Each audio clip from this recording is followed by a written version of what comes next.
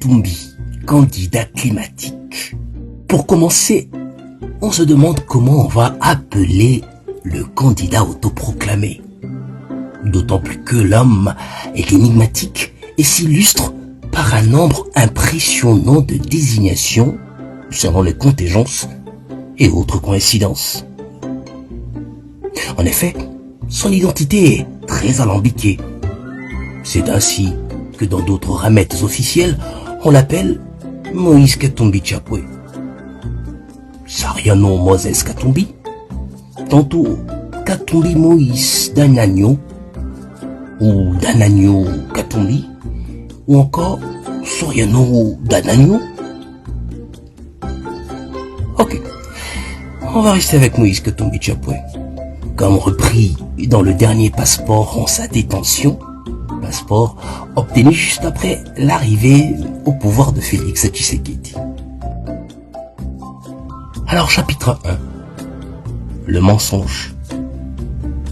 Comme en 2016, M. Katumbi a commencé son feuilleton en trompant les Congolais. Il a monté de toutes pièces une histoire d'avion, un avion qui n'a jamais connu de demande ou de traitement administratif pour le survol du territoire congolais ou d'atterrissage. Le ministère des Transports, tenu par un ministre membre du parti de Katumbi, Ensemble pour la République, Chérubin Okene pour ne pas le citer, ne dispose pas non plus d'une telle demande. Il est donc clair que par ce mensonge, le candidat autoproclamé a voulu salir la RDC. Est-ce là le comportement d'un sauveur? Chapitre 2. La menterie. On a vu et suivi M. Katumbi plusieurs fois dire qu'il est plus congolais que Kasavubu, Mobutu, Mzee, Joseph Kabila, pire, plus que Félix Tshisekedi.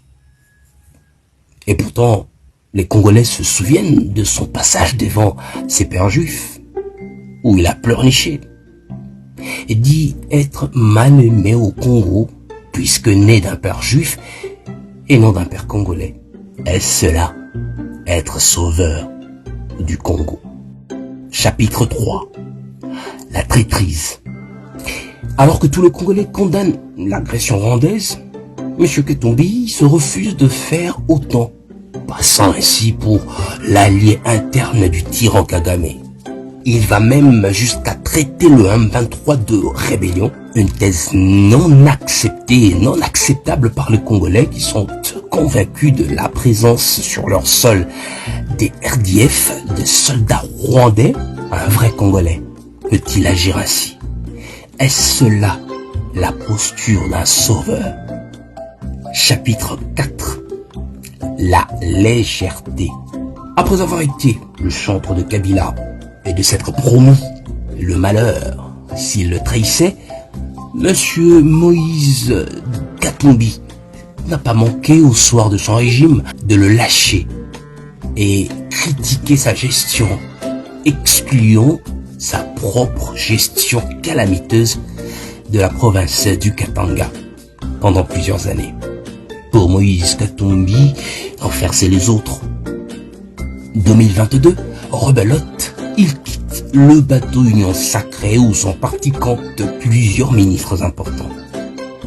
Durant la gestion, le parti a profité des cotisations de ses membres, ministres, sans se rendre compte de la mauvaise gestion. C'est clair que pour Moïse Katumbi, le slogan est « On gère ensemble, on profite de retombées de la gestion, mais juste avant la fin, je vous lâche pour être bien vu aux yeux du peuple ». Est-ce cela le comportement d'un sauveur?